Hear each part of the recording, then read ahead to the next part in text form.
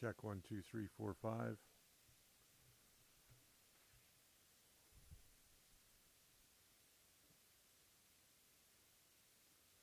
Wow, these girls are looking pretty sad.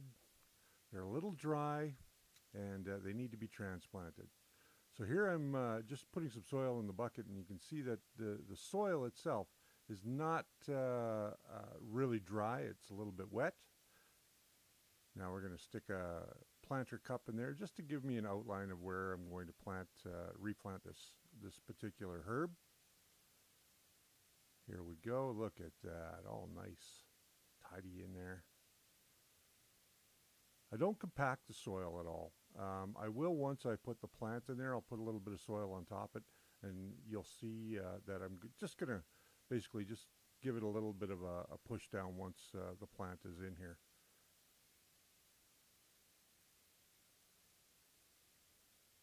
I try to keep a bucket of soil that's quite moist, or a tub of moist soil, and all I'm using here is ProMix HP. There's no additives. There's nothing, but the ProMix comes with mycorrhiza in it, and you can see here I'm opening up a package of Dynamico, which is also a mycorrhiza. Now what this is going to do is just going to help the plant acclimate to its new home, because we are going into a bigger pot here. This is a 1.5 gallon pot, and all I'm going to do is just sprinkle a little bit in. You don't need very much of this stuff, and I kind of went a little overboard on this one, as my wife reminded me. And here we go. Now I'm going to support the plant by taking it and putting it between my 2 fingers here, and just support it so that it doesn't all fall apart. I'm just giving the planter a little bit of a squeeze and tapping it on the bottom to loosen up this outside, because as you were going to see here, we got a little bit of root ball and no root rot. The roots look healthy, but this is really dry in comparison. You can see the color difference. It's very, very brown, and because HP is mostly a peat, when it dries that sort of brownish color. Now I'm just lightly sprinkling some Dynamico here on the root ball itself, and you can see the roots actually come all the way around this particular plant. Again, I get a little heavy-handed. I really need to get myself a little spoon. Oops, a little too much there, and some on the bottom, because there's a lot of roots on the bottom of this one. So we're just going to gently drop it in its hole, its new home, and you'll see it push it down there a little bit. And then just bring some of that soil over top. And I just don't feel like I've got enough soil in there on the top, so I'm just going to add a little bit more. And I typically do this just to give the plant a little extra when it goes to settle. After you water this stuff quite a bit, it tends to settle and compact itself, and that's just because of the weight of the water. Here I am just kind of, lightly pressing down around the plant just to seed it really nice, clean off the bottom. You don't want to take all that extra soil with you. And there we go, one plant, all transplanted.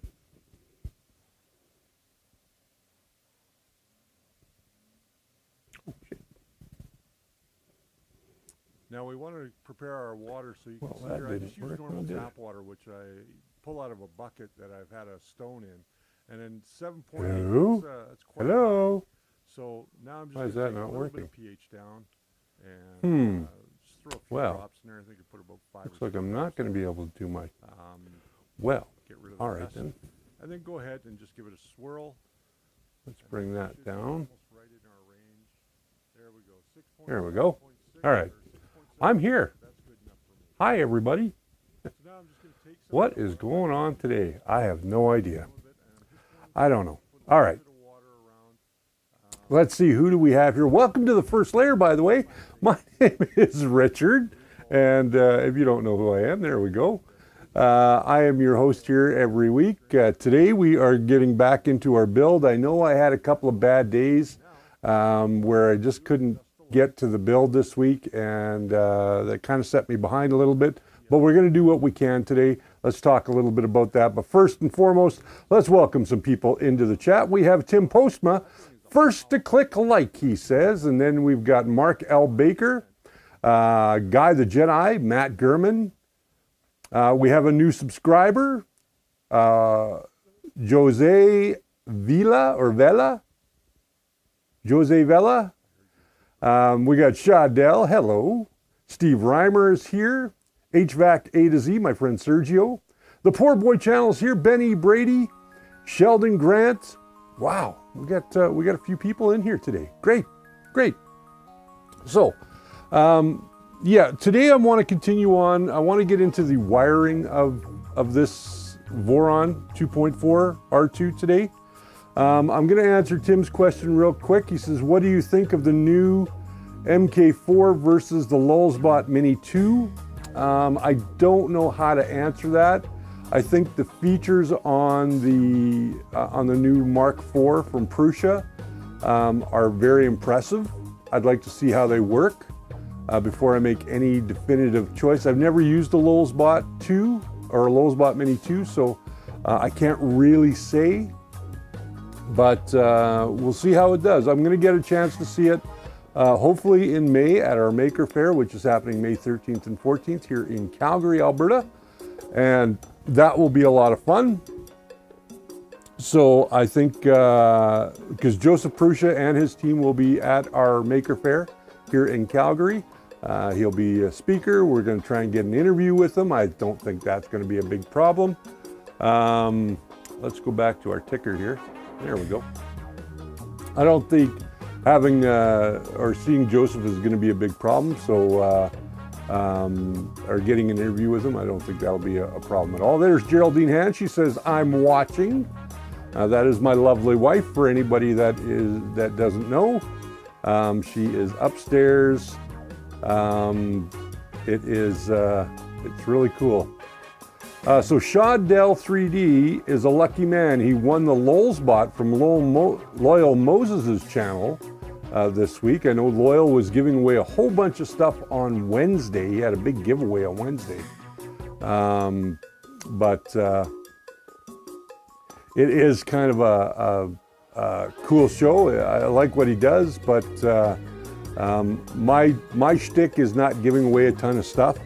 My shtick is to help you get through your 3D printing issues. So that's what I like to make sure that I cover. So everybody's saying hello, Matt Gurman. You know it's not Gurman like the country, it's Gurman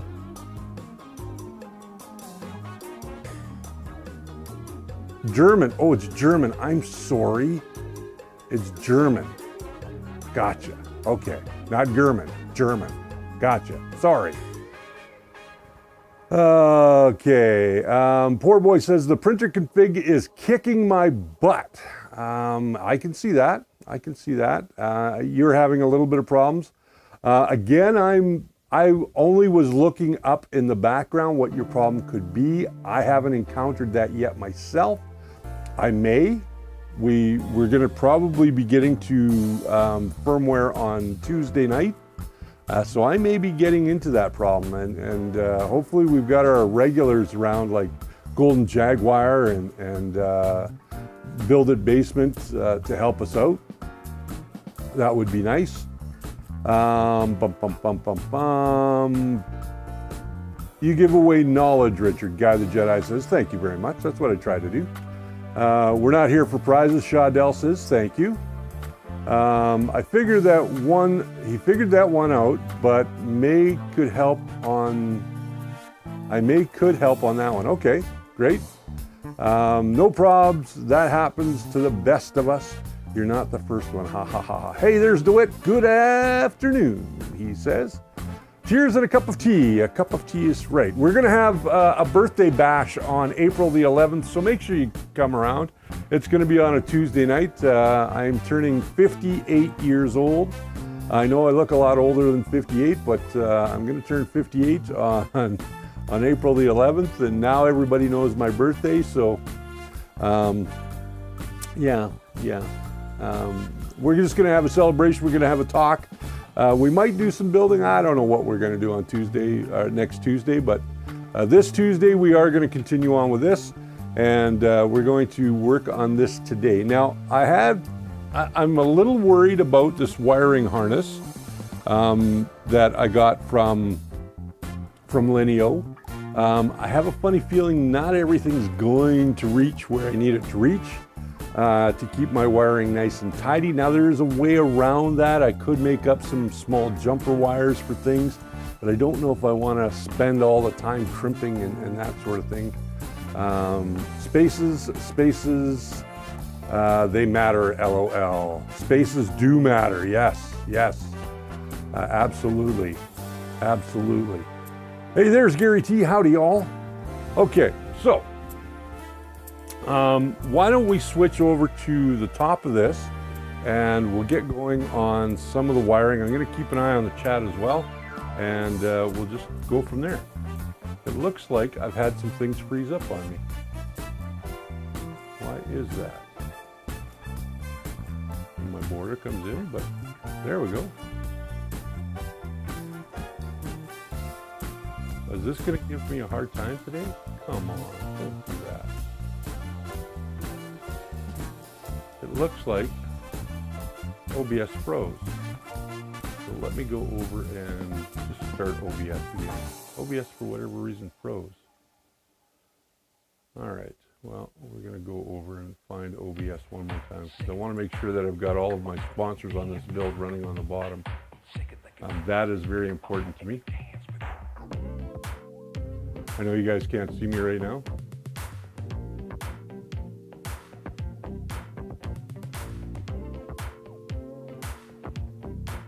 I'm not sure what's going on here.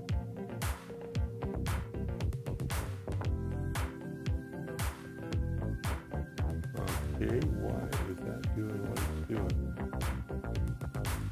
All right, so now we're back, but my sponsor thing on the ticker is not running. The ticker is not running. Why is the ticker not running? Well, there it is. Now it's running. Weird. Weird. Okay, LDO Motors, BQ3D, Big Tree Tech, E3D, Fetus, 3D Lab Tech, KB3D, Keen Village Plastics, Dwit 3D Canada, Build It Basement, and then a couple of other friends I want to mention. I want to mention Golden Jaguar as well. He's a friend of the show, as well as the Poor Boy channel. If you haven't checked it out, very easy to watch. That guy's so cool. I get a kick out of watching him. Yeah, music's still a little loud. How can the music still be a little loud? What is going on there? Let's see where it is. Okay, is that better? Is that better? I hope that's better, because that's what you're getting. All right, so let's go to camera 3. And we'll have a look-see at what we've got going on here. So we've got our power, our switch, and our plug already installed. We have our MOSFET here, I guess is what you want to call it. I'm not sure exactly what to call this thing. And then we have our power supply. We're using a different power supply than what's recommended. The recommended power supply is a 200 watt power supply. We're using a 350 LRS, 24 volt, from our friends over at Meanwell. This is one that I had in my stock, so I just used one that I had in my stock. I didn't have a 200 in my stock, but that's okay. Then we have the Big Tree Tech board here. I'm just going to move this out of the way. I'll explain this in just a minute. So then we have the Big Tree Tech board. Let's see if we can't get a better view of that board. There we go. So underneath this black metal piece is our CB1. This is the brain of our setup. And this is basically a Raspberry Pi compute module made by Big Tree Tech. This is the CB1. So this is what's going to hold all of our OS, or our operating system. Let me grab a pair of tweezers here. This little wire that you see coming off of it, that is a Wi-Fi antenna. I'm going to find a place to put that. We have all of our steppers in place over here, and they've all been set to UART, and all of these steppers are 2209 steppers, which is what's recommended for this build. So we're going to go ahead and use those 2209s.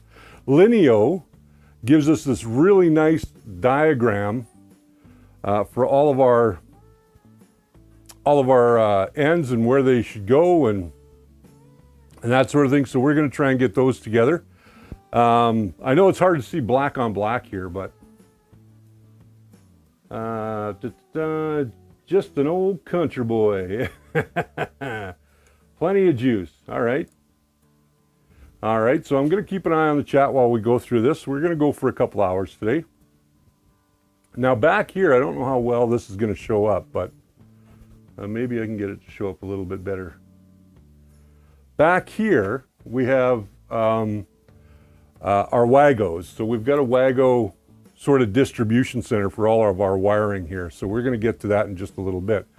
But what we need to do is make sure that we have enough power going to our board. And we are still missing 2 for the bed power. And you can see I've still got 2 open spots here to add 2 more wires. And we may do that today. I'm not sure. I'm not ready for the bed to go on. But what I am ready for is to get this bundle of wiring, which is sitting back here, getting that bundle of wiring all set up and start to plug things in.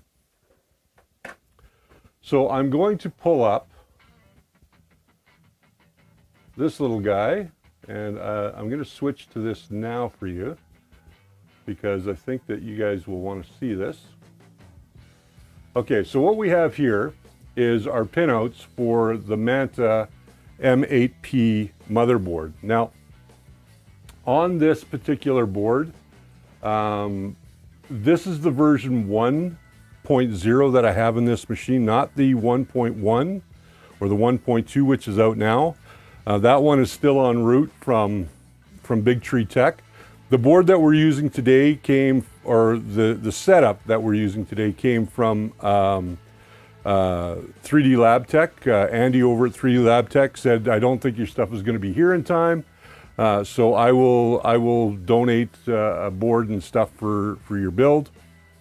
I have a monitor around here, a 7-inch monitor somewhere that I'm going to be using for the monitor and the touchscreen for the operating system. So yeah, we'll get to that in just a second. So first and foremost, let's start by getting our wiring situated. So I'm just going to move that out of the way because I'm going to have to grab wires by necessity here. And let's go back to our ticker. There we go. Why is my ticker not working today? I don't get it. There we go. Once I bring it up on the screen, it seems to want to work. Let's just put that up there so it doesn't get interfered with. Okay, so we are going to start with, we've got our hot end heater, which is the HO. So we'll have to find the HO. And these are all labeled. I don't know how well you guys can see that, but these all have little labels on them that will correspond with the legend on this sticker. We've got our X and Y end stops, and our end stops are going to go, I do believe, right up here. Right up here is where our end stops are going to go. So X and Y. Turn them around. And you see that I have to stretch them just a little bit.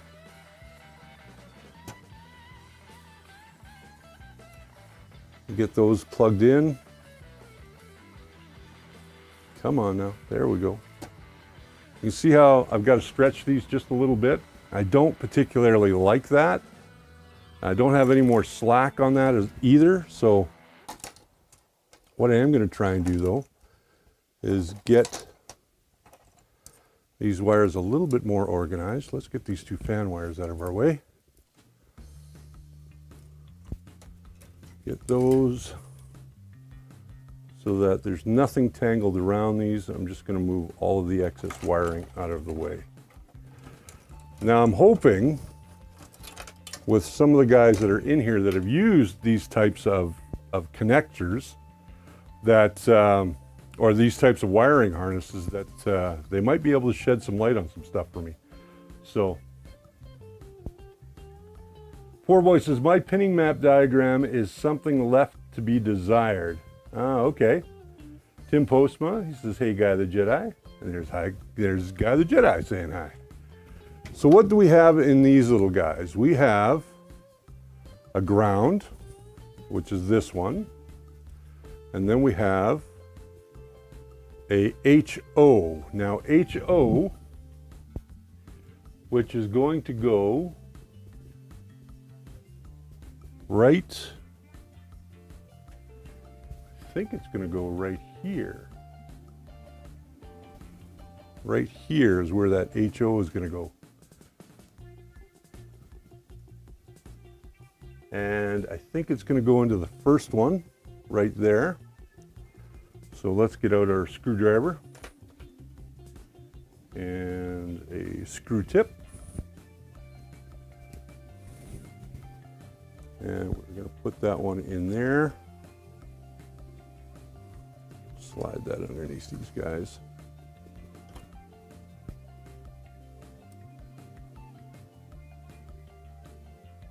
That's for our heater. Oh, now you'll see what happened there. See how that popped off? I had been moving this around, so I guess before I get too far along and I make things more difficult for myself than they have to be, I'm going to take this off.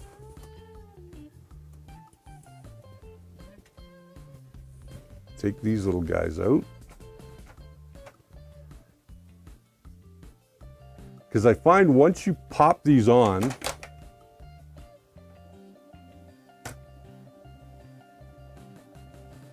come on now, come on. There we go. And we'll open up this. I may need a bigger one. Oh no. Once you put this thing on the DIN rail, for whatever reason, maybe it's me, maybe it's not me, I don't know. I'm just going to move those out of the way. So let me just go to this camera right here, camera one. Let's go to camera one. And we can see that the DIN rails, these things, once you snap them into place, they become a real pain in the butt, because they will shave off just enough material that they won't snap back on again. So we're going to pull those off. So I'm going to take the board off. Let's see what's going on here. Tim Postma has a question. He says, are gaming laptops good for 3D printing? In terms of what, Tim? Gaming laptops are great for a lot of things. Okay, that one's a little too big. So I guess I'm gonna just run with one of these. Tim, did you have this much problem with yours? Like when you put the rails on the bottom, did you have this many issues? And I'm talking to Dwit 3D Canada on this. This is the problem. Now I got to take all of these out.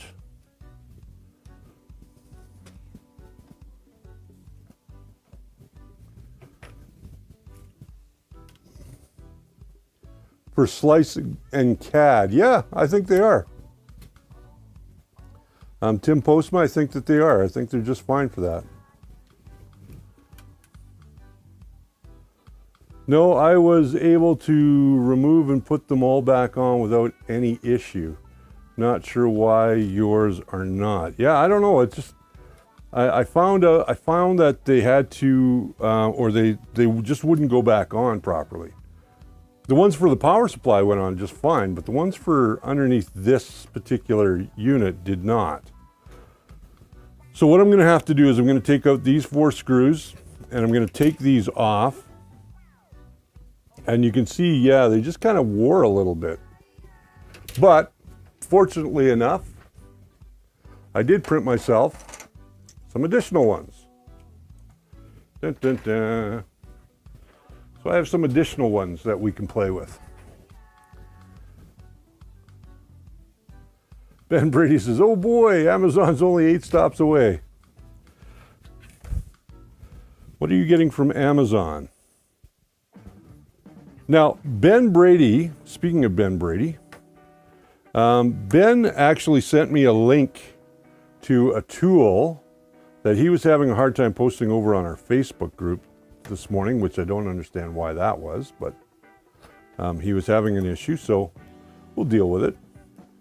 But this tool, I decided to order myself one. And I think this tool is going to be really cool. And I'm going to show it to you guys. Creality E-Fit Extruder. Okay, cool. Yeah, this tool is for helping you with getting your clogs out. So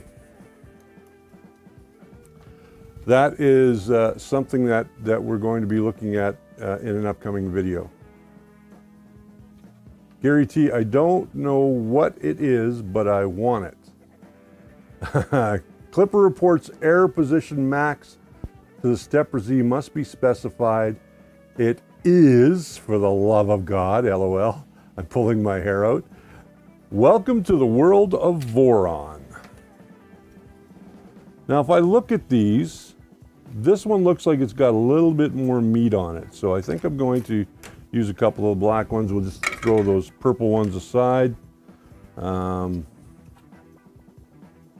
put these black ones in and we'll be on our way.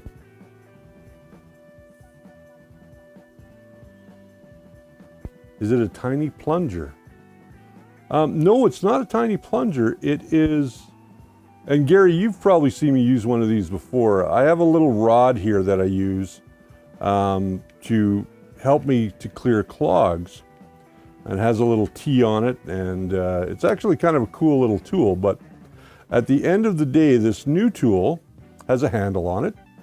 It's made from a different metal than the one that I have. I think mine's like a spring steel because it has some give to it and some bend to it.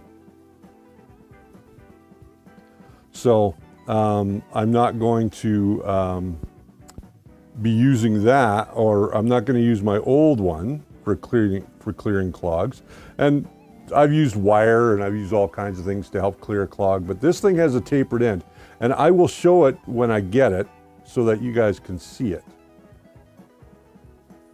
You guys will notice if you're not a member of our Discord, we do have Discord Adamantium. You're probably not wrong. You're probably not wrong. All right, so let's get these last two screws in here and then we can put our board back on.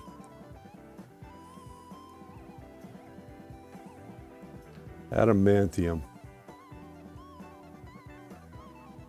Well, I don't know if you guys have heard yet or not, but there was a news report. For anybody who is a fan of comic books like I am, and obviously Gary is too,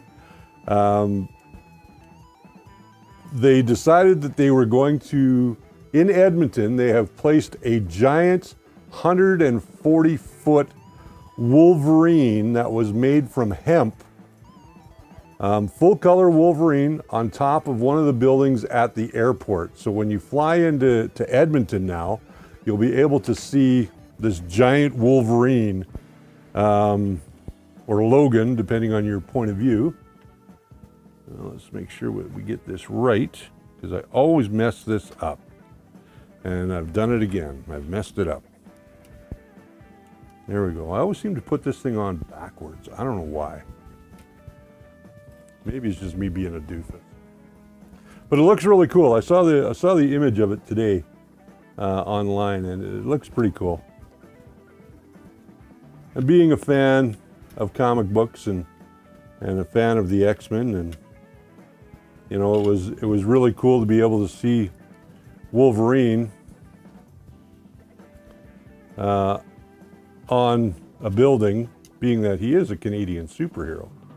Even though he appeared in the pages of Marvel Comics, he is a Canadian superhero. Marvel did us proud when they created Wolverine.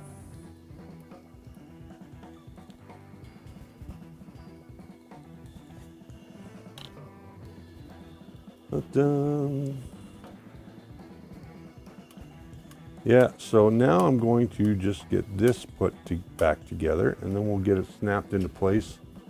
And I don't know what I'm going to do about those wires. Do you guys think I should put in like a daughter board? Or should I just go ahead and leave it the way that it is? Because I'm curious. Now I'm curious. Should I stretch these wires? What do you guys think? Again, I'm not a guru when it comes to doing these types of builds. This is kind of Amazon's here. Okay, thanks for letting us know. There we go. Now I'm trying to keep this in frame for you guys. I adjusted cameras and lighting around here today, so it's a little bit brighter than it normally is.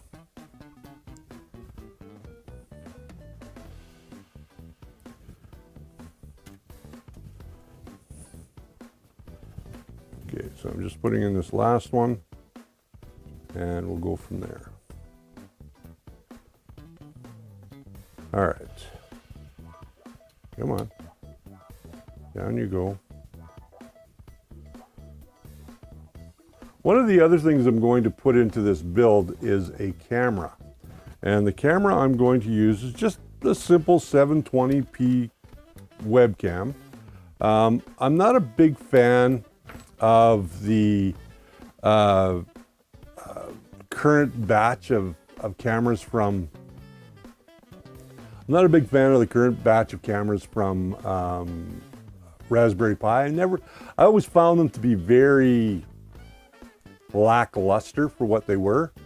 But I think that, moving forward, I think I want to do something a little bit different. And being that I want to use a 720p cam, which is what I have here now, and I've got it mounted. It's right down here. I don't know how well the camera's going to pick it up, but I've got it right down here.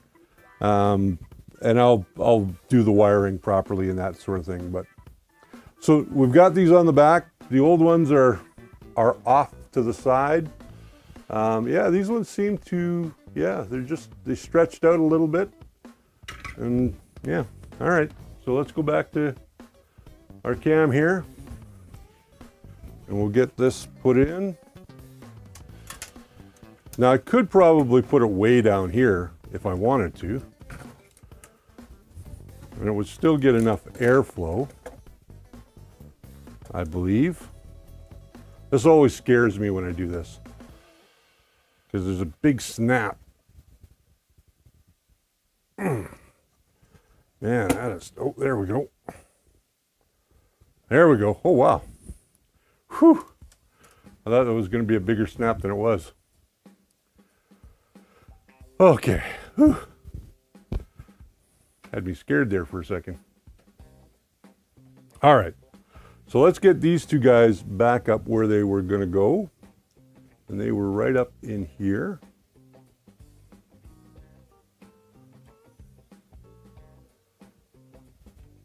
Come on now.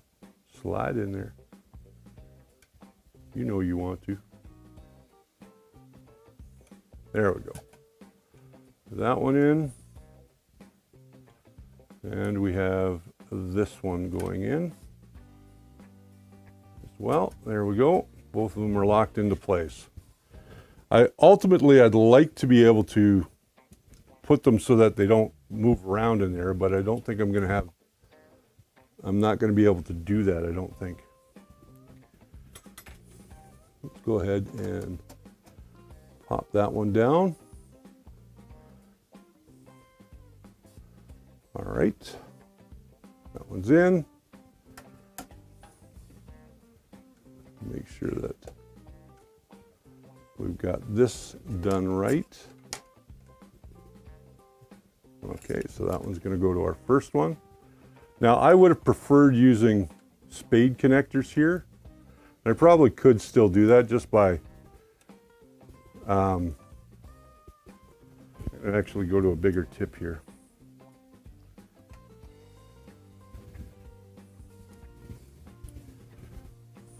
That way I can get a little bit more torque out of it. There we go. put this one in.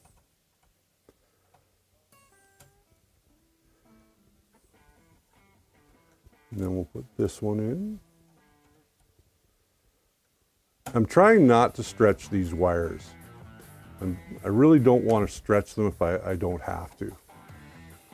So I'll move things around. I mean, there's plenty of room under here now with the 2 DIN rails. My little rubber gasket fell off. There we go. Bum, bum, bum, bum, bum. Got lots of parts now, Ben says. The Raspberry Pi camera have terrible quality compared to others. I find the color is always bland. Yeah, I kind of believe you on that. I'm not a huge fan of them either. So these are our fans. We're going to just hold off on these for a second. We are going to have to plug them in. We'll probably plug them in here. But we have others to plug in first. So let's go about getting those done. I'm just going to move the camera up here just a little bit so you guys can see this a little better.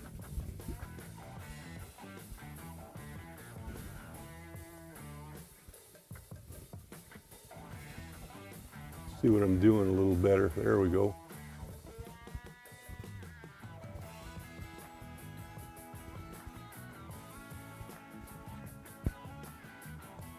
There we go.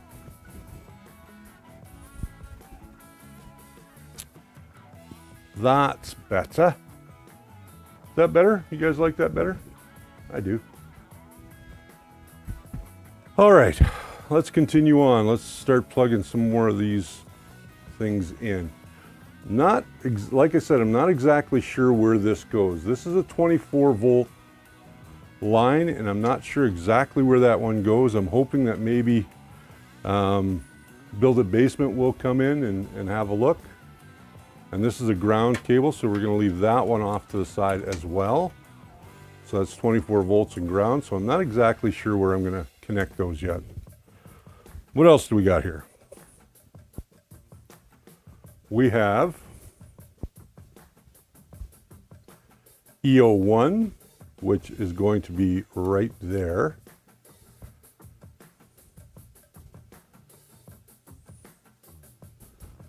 That is EO1. No, that doesn't go all the way down there.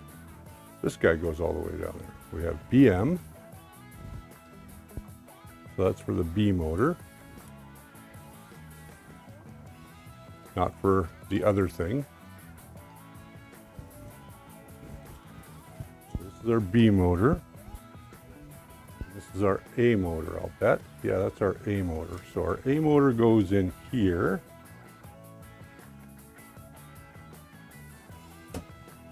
Our B motor goes in here. Into this one. Seat that down in there. Good. The B seems longer than the A for some reason. I don't know why. And then we've got this mess of little guys. So we have our FS, which is, according to our legend, filament sensor, which we're going to leave off for now because we haven't got our filament sensor connected yet. And then we have this guy, which is our LD, which is our tool head LED neopixels, which we're not going to put in just yet either. Oh, what is this guy? This is our XE. XE is our auxiliary end stop tool head. So that is XE for an auxiliary X end stop. So that's going to be our X end stop.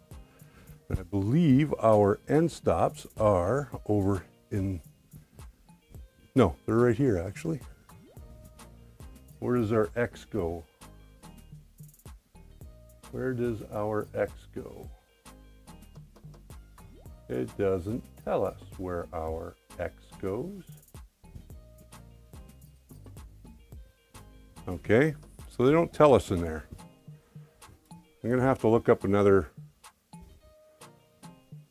PF. What is PF?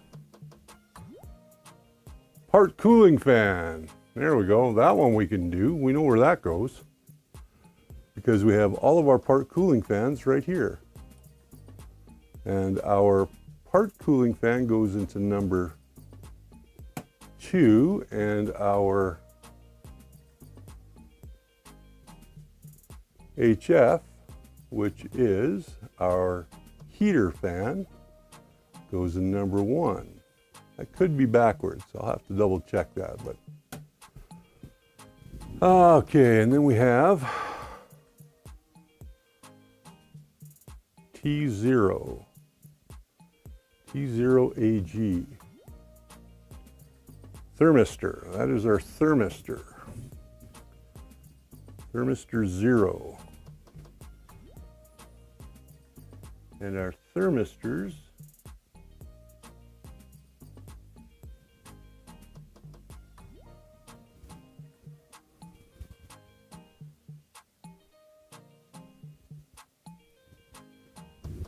TO is our thermistor, so that is going to go in right here. Right here, I believe.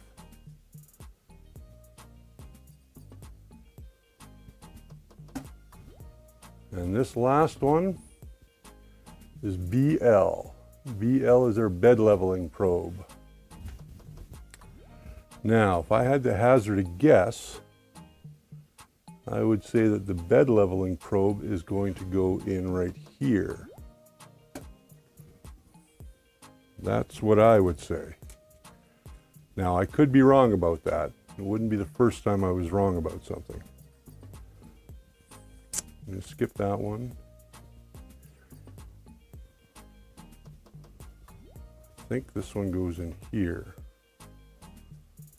Yes, that one does go in there. And that's for our hot end motor. Okay, so I still have some wires here that I have to figure out where they go. And looking at this board at the pinouts, it really doesn't tell me a lot. There are differences in pinouts between the so these are all of our fans right here. These are all of our fans. So 1 and 2, 3 and 4. So these guys can go in like so.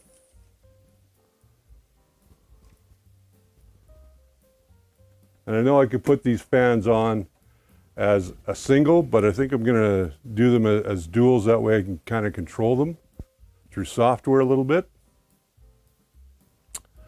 I have to figure out where this is going to go yet. I'm not sure exactly where that is going to go. All right, so we still have LD 5 volts. LD 5 volts, that's the tool head LED neopixels. Okay, so I'm not sure exactly where we're going to put those yet. And then we have our XE and FS. XE is auxiliary end stop tool head. I'm going to say is going to go right there. And then this one is, oh, pardon me, I got those backwards. Because this is where all of your end stops should be going. And this one is the FS, which is the filament sensor, which we know we're going to hook up at some point, but not right at the moment. All right, so now we've got all of our motors here, our Z0 through 3, which is 4 motors. We'll put those on in just a second. I want to take a moment here to have a look at another PDF. I'm just going to open up another PDF here.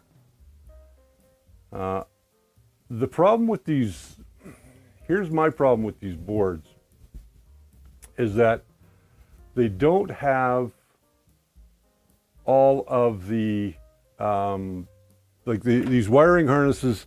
While they come with a nice little legend, they don't always have exactly what they need to tell you where to put them on a specific board. Most of them are done for an octopus board. This one was supposedly specifically done for this board. I don't see KB anywhere, but I am going to look at the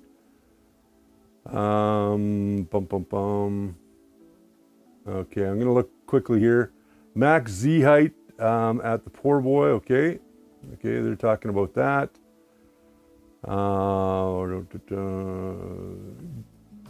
Tim Postman says they look color coded. Correct me if I am wrong. They are not color coded.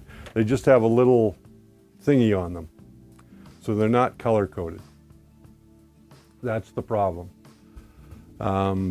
These guys right here, we know where they go. We've got 1 through 0. So Z motor is going to go here. Let's just get all these motors done. We'll just quickly move over here. So we've got this motor. I'll just kind of bring that down in there.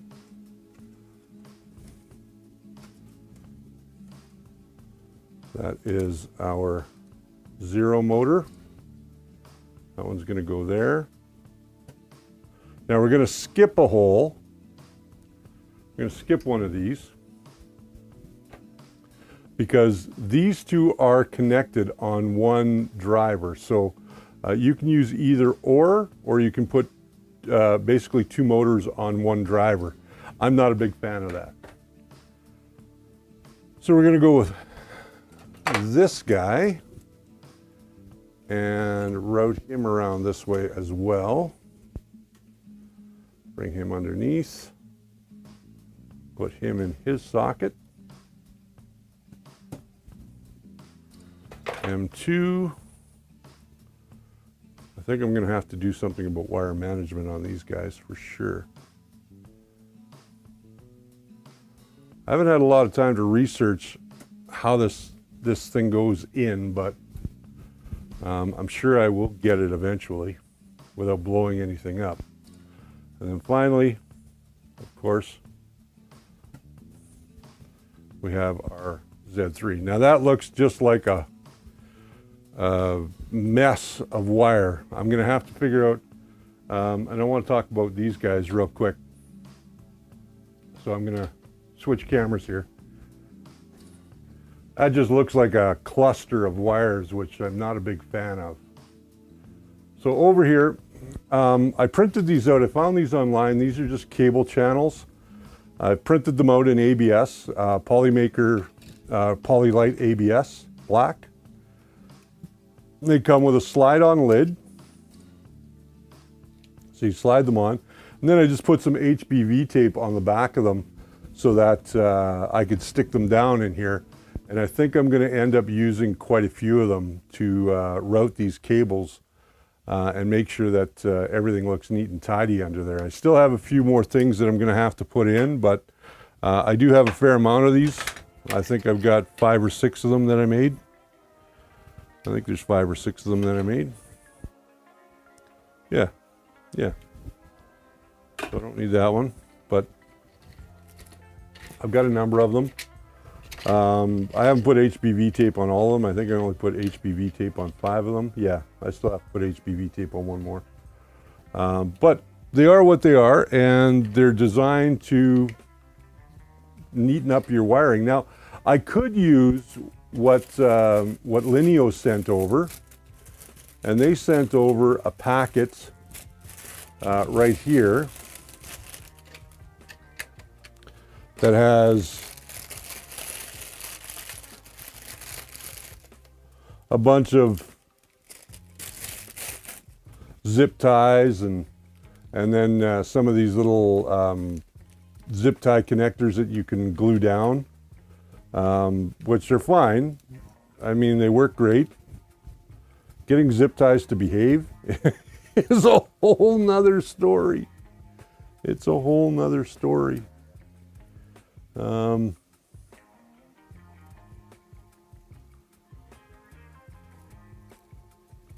may have to change my time on Sundays. I'm not sure. But I noticed that viewership on Sundays is dropping off. Maybe it's because I'm not doing... could it be because I'm not doing Ask for Help while I'm doing this build? Should I go back to Ask for Help? Let's take a few minutes and we'll just rap about this for a couple of minutes. Now, Tim Postman, they look okay. Yeah, I did read that. All right, so I'm going to put these guys aside for a moment while we chit chat, and I'll take some time to answer some questions here before I frustrate myself when I get back into this. Do you guys think I should go back to doing my, yes, this is boring? Thanks, honey. Thanks. My wife thinks what I do is boring. All right. You'd like to see reviews. Reviews are done, Tim. Reviews are going to be done as pre-recorded because there's so much to film during a review. It's really hard to do a review straight up. So let me just put all of this aside for now because I'm not going to use it at the moment. I'm going to go ahead and probably do some of this off camera as well, just to kind of figure it out, and then I'll review it on the next stream. But listening to building a printer is boring, Geraldine says. Okay, well, how do you guys feel about that? Do you guys like seeing a printer being built or not? Shadell, let's a smile be your umbrella. Okay, let a smile be your umbrella. All right. All right, one thing I want to show you guys, I'm definitely going to knock that over again. I want to show you guys this. This is a cool tool. Now, this is something that was given to me by my friend Peter before he passed away. And what is this? You're probably wondering, what do you have there? It looks like a clamp and a power supply. And what this thing is this is a filament joiner. Do ask for help as it was, viewers are, and we're expecting leave the live builds for the weekdays, Dwit says. Okay, all right. All right, so let's talk about this tool. We're going to do a tool. We're going to be a tool. I'm going to be a tool. I am a tool. So we're going to plug that in there. We're going to plug this in here. I'm going to reposition that one camera real quick. Real quick.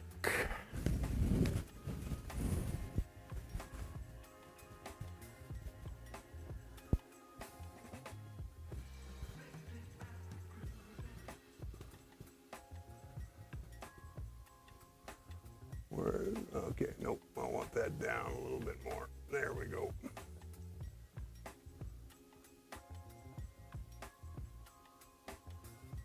There we go.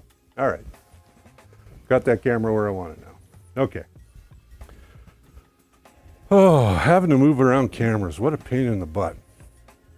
Okay. So what do I have on my table here? This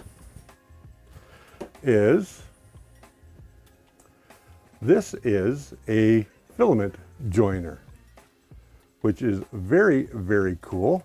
I really like it. It is magnetic, so it will, I believe it's magnetic. Yep, it's magnetic. So you can put it down onto a piece of metal, have it hold in place. There is no temperature setting on it. It just has an on-off switch, which is, it can be good, can be bad, but I want to show you how this works. So what I'm going to do is I'm going to grab 2 pieces of filament. Let's grab 2 contrasting pieces of filament. How's that? That'd be a good idea. So here I have some, well, that's PETG. We don't want to join PETG and PLA together. We want to join PLA and PLA together. So here we go. Here we go. If you've got, you can find these on Amazon, by the way, these little filament doodads. And they're really kind of cool. Basically, if you've got a roll of filament, let's say you've got a roll of filament that doesn't have much on it, and you've got another roll that doesn't have much on it, and you just want to take those, and you don't want to, you basically don't want to have those filaments go to waste. You want to use them up as best you can. Well, take those bits of filament. I just did what I was not supposed to do.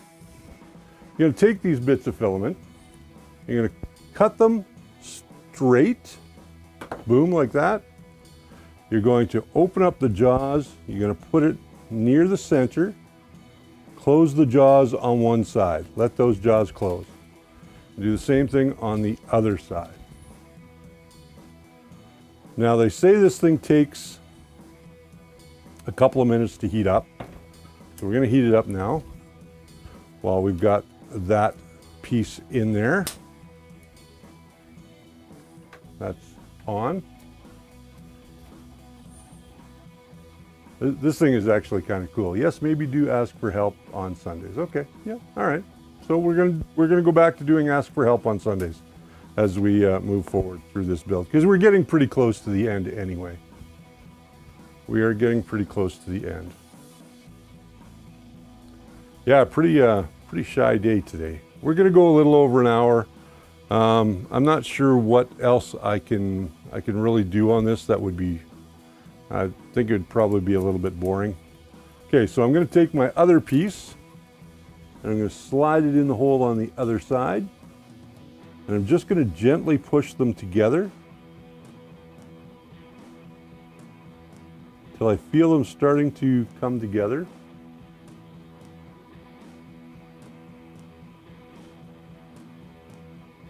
There we go. Hey, there's Nick. All right, so now that they've come together, now we're going to turn it off and we're going to leave it. And we're going to let it cool down. It takes about 5 minutes to cool down, so we're just going to let it cool down completely, and then we'll take it out. This is called a Dwit Sport, a V-I-T-S-P-O-R-T, a Dwit Sport. Let me see if I can find one online. If I can, I will show it to you.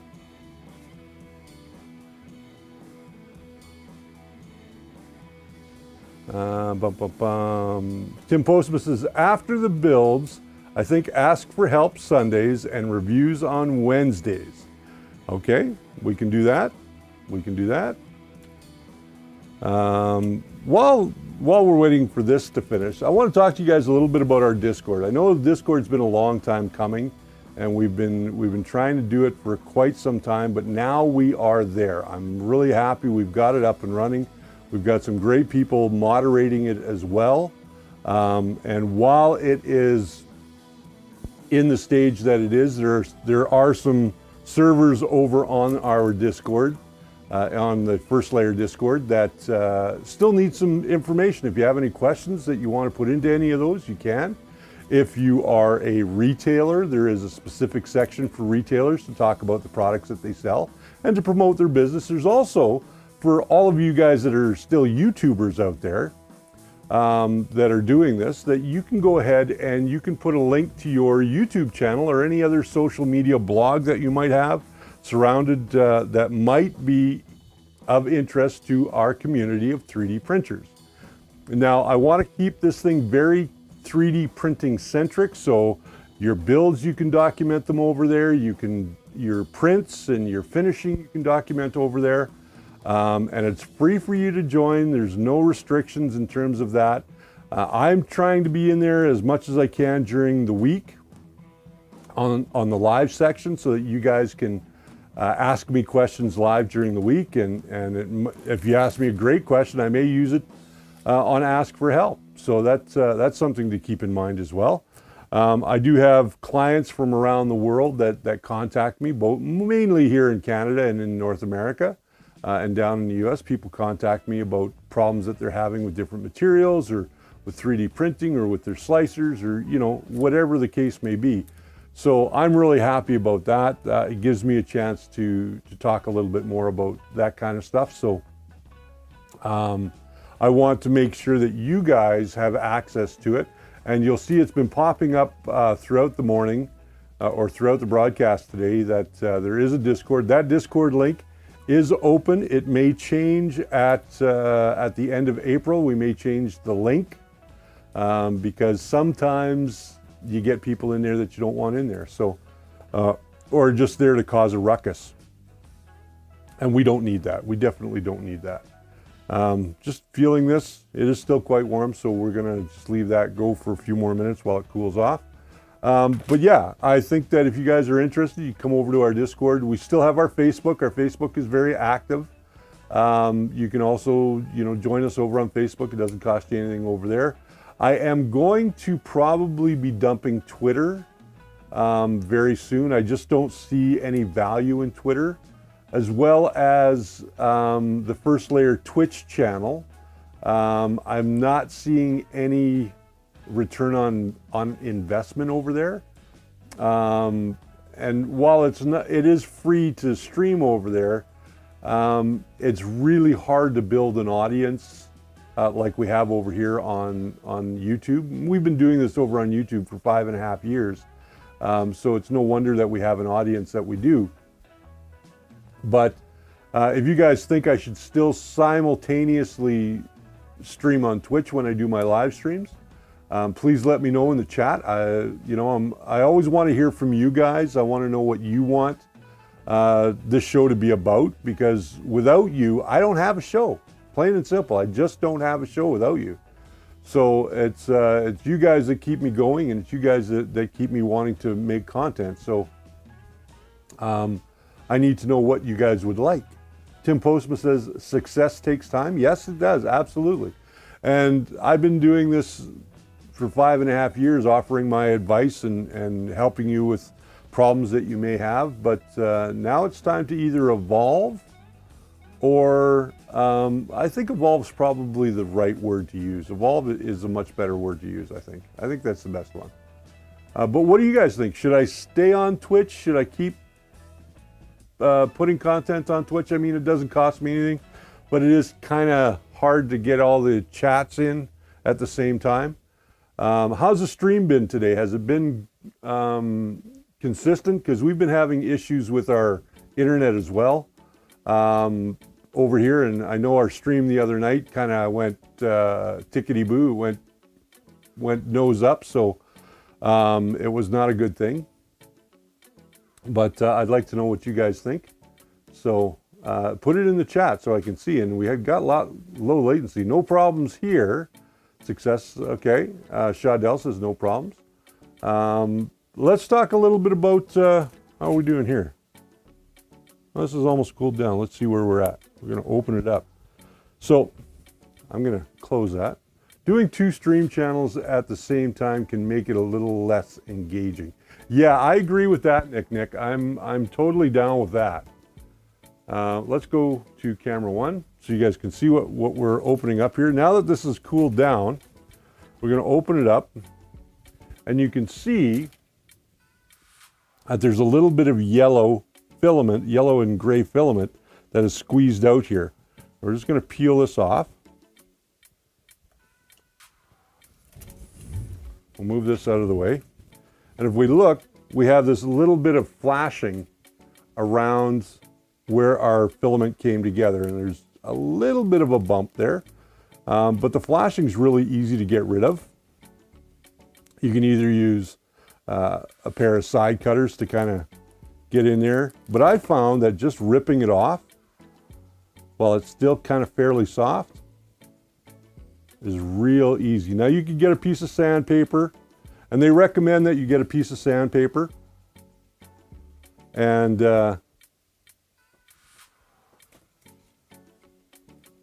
we go. They recommend that you get a piece of sandpaper and just kind of clean that up a little bit so there's not so much of a bulge there.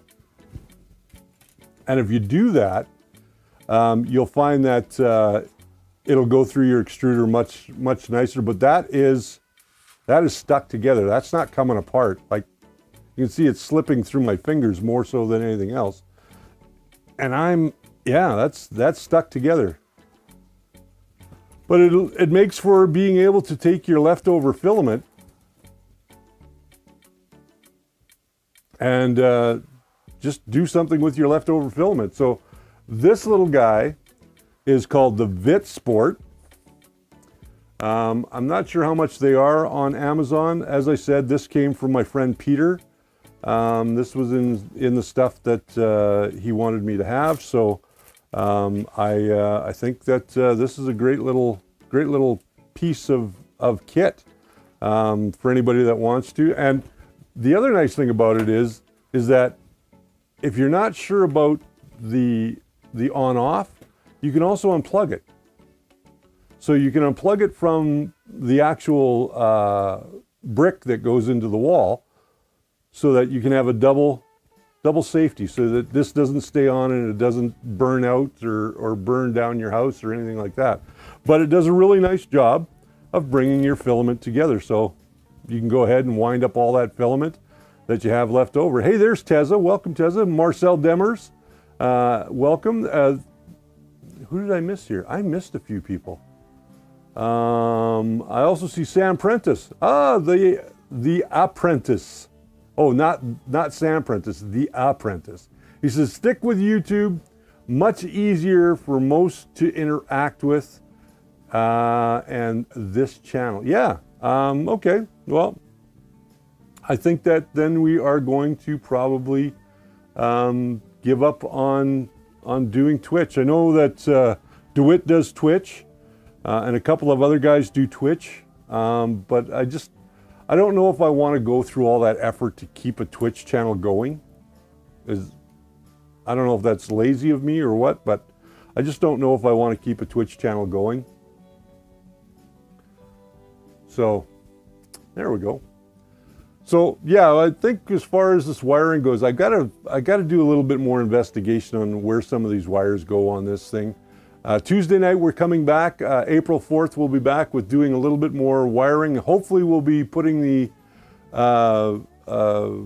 firmware on here on Tuesday night, and we'll be showing you that.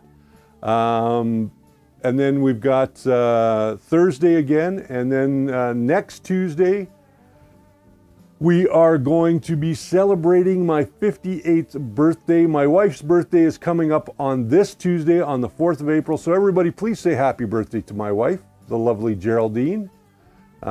She is, I'm not going to tell you her age because that's rude to say a woman's age.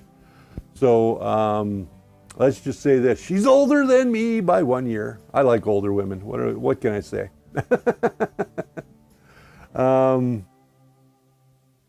Teza says, sorry I'm late, our clocks went back last night.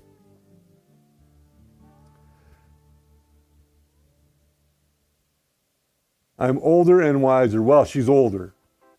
She's definitely older. She's a better cook than I am, for sure. Wiser, I'm not so much sure about. But yeah, I do love her though. But as far as that goes, I think on Tuesday we'll continue on with this. Next Sunday we will get back to our regular scheduled programming. We'll just do an ask for help. So get your questions ready. Tell your friends to come with their 3D printing questions. We're gonna do some great things. And my wife, I asked her if she wanted me to get her a cake, and she said no. She says we'll just get one cake and celebrate together. So we're gonna have cake, and we're gonna have a little bit of maybe some alcohol on my stream on the 11th.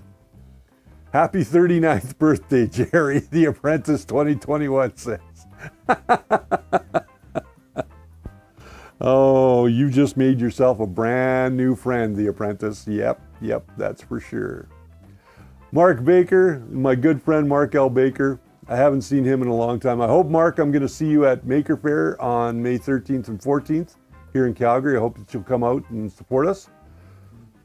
Don't forget to like, subscribe, ring the bell, and be notified each time that we go live. That also helps. I hate Twitch, Teza says. Used to use it all the time and got sick of the bull crap. Okay, that's interesting. Yes, Geraldine does look a lot younger than me for sure. She does, absolutely. We've got some more filaments showing up from our friends at Polymaker. We're going to go through some of that after we get this built, because we've got some stuff that I want to try out on this guy. Again, this is we're going to be unveiling this particular build at Maker Faire on May 13th and 14th.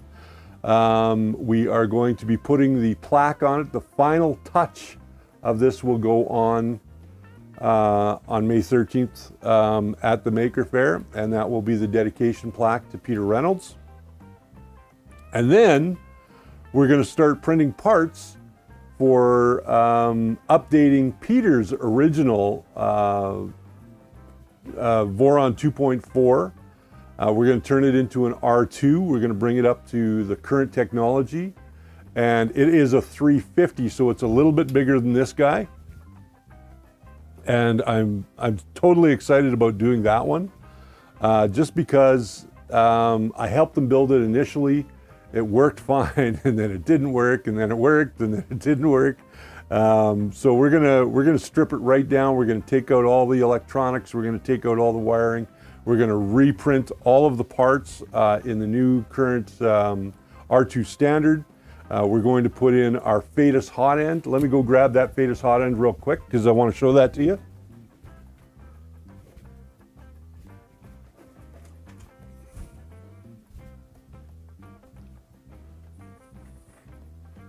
So I'm going to move that out of the way.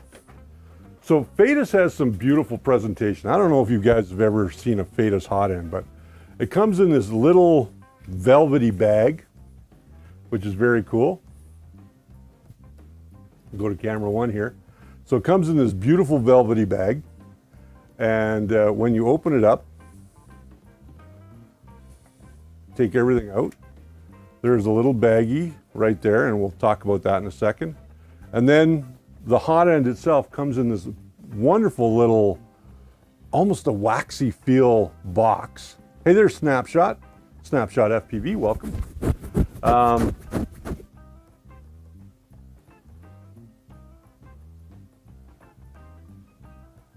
You were shooting your daughter? Or you were out shooting with your daughter? Guy the Jedi says, like Crown Royal. I do like Crown Royal. I am a Jack Daniels guy, first and foremost, but I do drink Crown Royal. So yeah. Shaw Dallas says, what are your opinions on the Sidekick 747? That's actually a great question. Let's talk about that real quick and then we'll get back to this. The Sidekick 747, I do like it.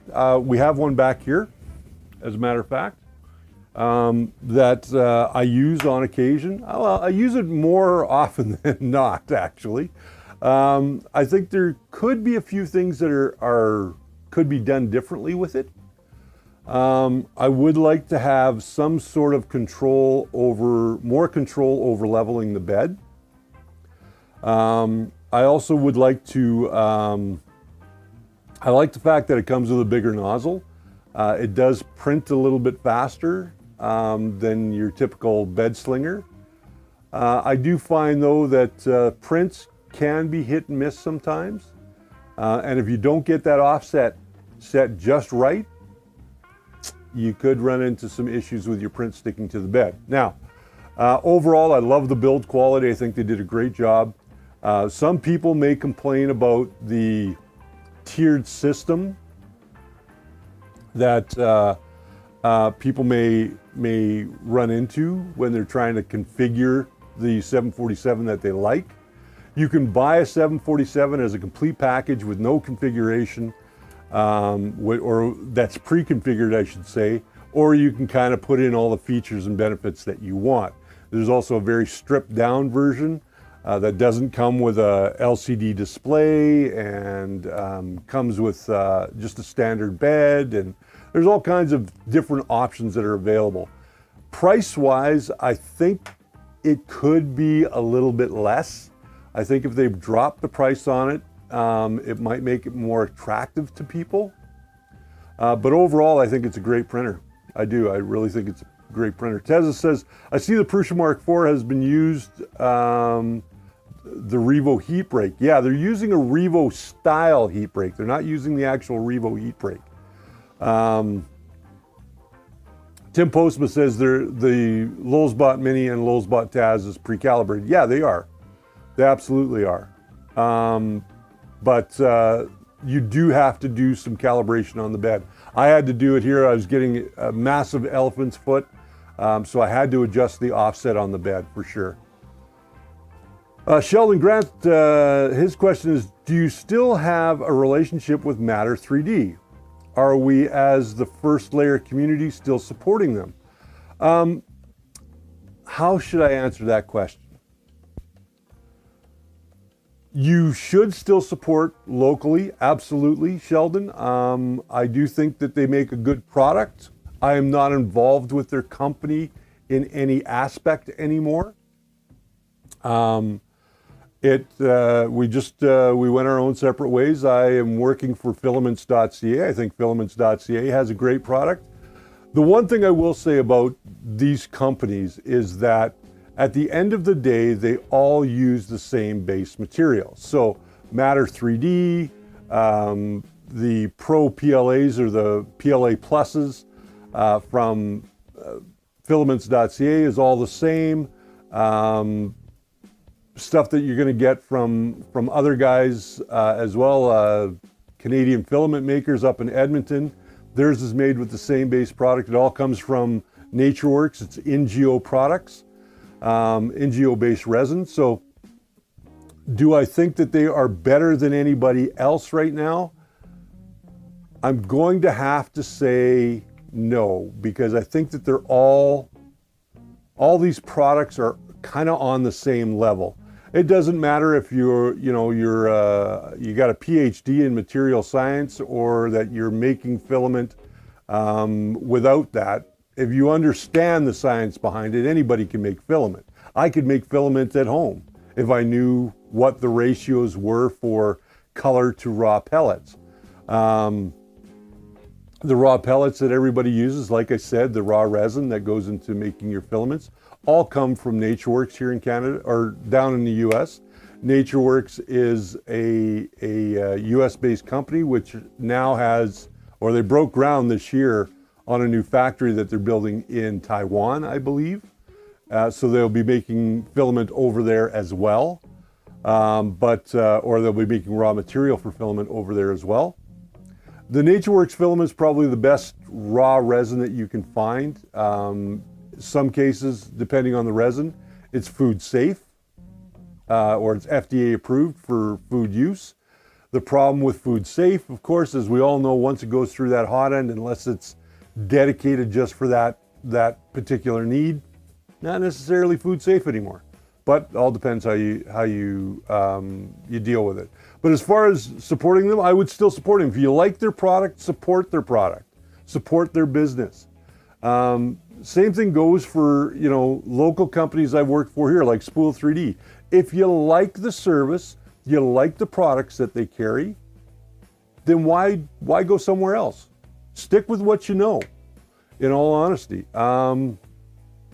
They have a great selection of products. They probably have the largest selection of anybody in Canada right now in terms of 3D printing products and upgrades and screws and all the little things that go into making a 3D printer. They carry pretty much all of it. And then there's other companies like 3D Printing Canada. Great company. Amazing guys over there. So in the States, KB3D, not just because they sent parts up for this build, but because they are a small business that believes in the customer first and not their bottom line. So, do you have any videos on installing Creality extruding mechanisms and auto bed leveling ABL units? I do not, Mark, not at this time, not the new stuff. I haven't gotten anything new from them in quite some time. So yeah, I haven't been doing much with Creality in quite a while. Poor Boy says, I'm thinking about cranking up the stream after you. So maybe some of these guys might help me out in the past, get past this nightmare. Yeah, absolutely. Poor Boy, I want to talk about the Poor Boy channel real quick, and then I'm going to get back to this Dragon Hot End before we wrap things up today.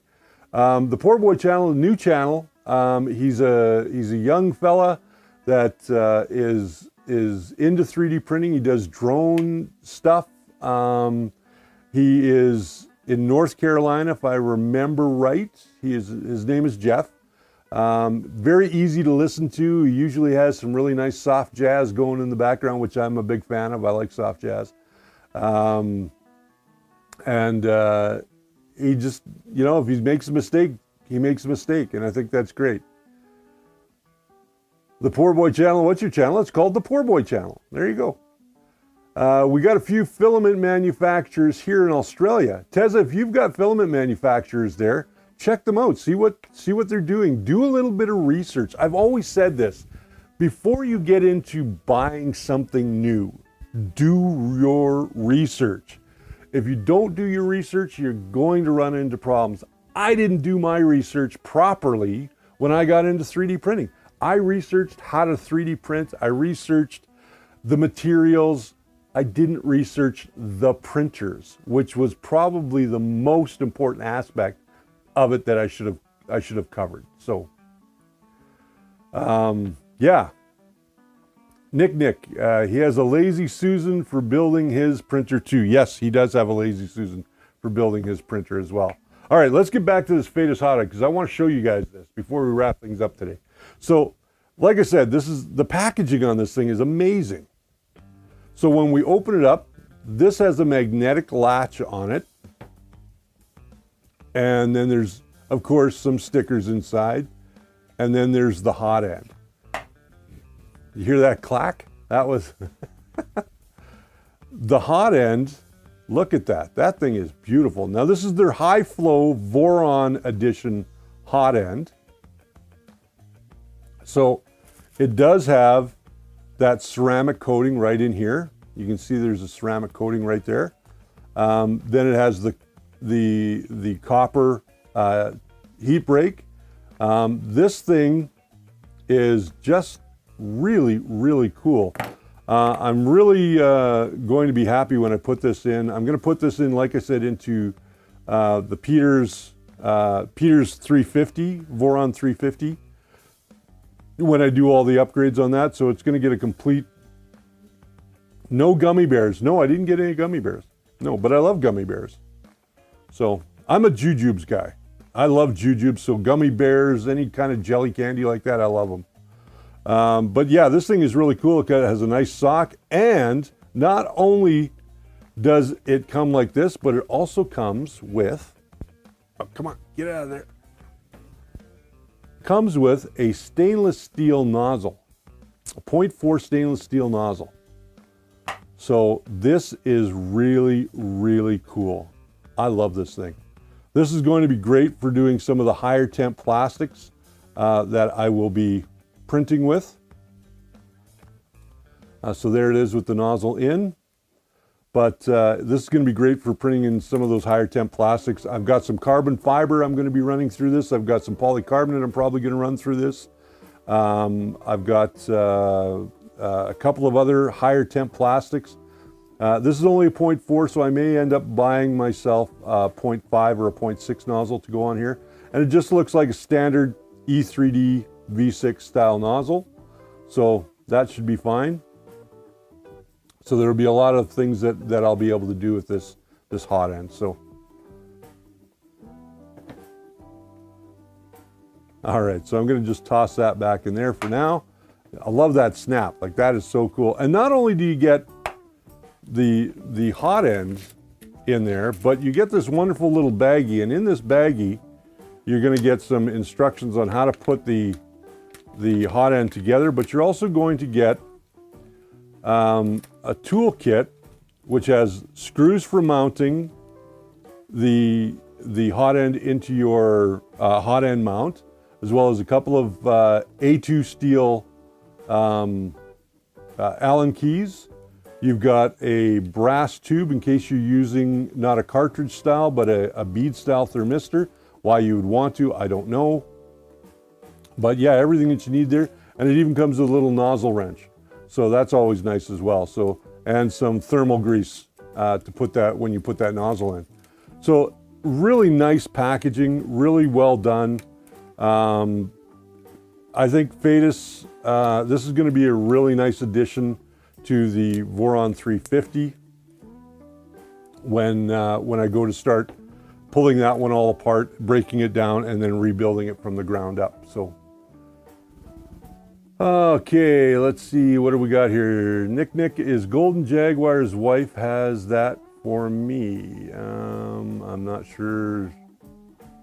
Had a ball and a dog, and I'm not sure what you guys are talking about. Maybe the problem's, I don't know. I have no idea. Teza says, don't try Peak or the front will fall off. Yeah, Peak, I've been looking into Peak. It is a medical grade plastic for those people who don't know. Peak is a medical grade plastic, and it takes a lot to print Peak. It will print with a brass nozzle. That's what they say, but it is not a great plastic for somebody who's experimenting. Unless you have a specific need for printing Peak, there's all kinds of other filaments available out there. Polycarbonate is one I've been wanting to try for a long time, and I'm going to have the opportunity to do it on this machine. I do have a 0.6 nozzle for this machine as well, which came with the Revo kit. And I'm really happy to be able to show you guys how that's all going to work. And we're going to print parts. We're going to print all kinds of parts. We're going to use this to print all the new parts for the Voron 350. And we are going to also do that in a two-tone blue. Those two colors blue is Peter Reynolds' favorite color. So we are going to print it in a two-tone blue. I've talked to my friends over at Polymaker. Once those colors become available in ABS here in Canada, I will get my hands on some and we will use it. As long as you don't have anything plastic near the hot end, 350 plus just melts everything. Yeah, it does. Yeah, Golden Jaguar's wife does have a baseball bat. You're absolutely right. All right, on that note, we've been doing this for almost an hour and a half now. I got to do a little bit more research on how I'm going to finish up the wiring on this. I got to do some testing. We're going to be back here on Tuesday. We're pretty much wrapping this thing up real soon, so we'll see you back here on Tuesday, 6 o'clock Mountain Standard Time, 8 o'clock Eastern, and 5 p.m. Pacific. We will be doing that here on the first layer. So until I see you guys next time, remember that the first layer is always your foundation to a great print. And I look forward to seeing you guys on Tuesday night. Let me see if I can get our end screen up. There we go. There's our end screen. I'll see you guys on Tuesday night. Have yourselves a great rest of your Sunday and enjoy the week. Hopefully you don't have to work too hard. Talk to you soon.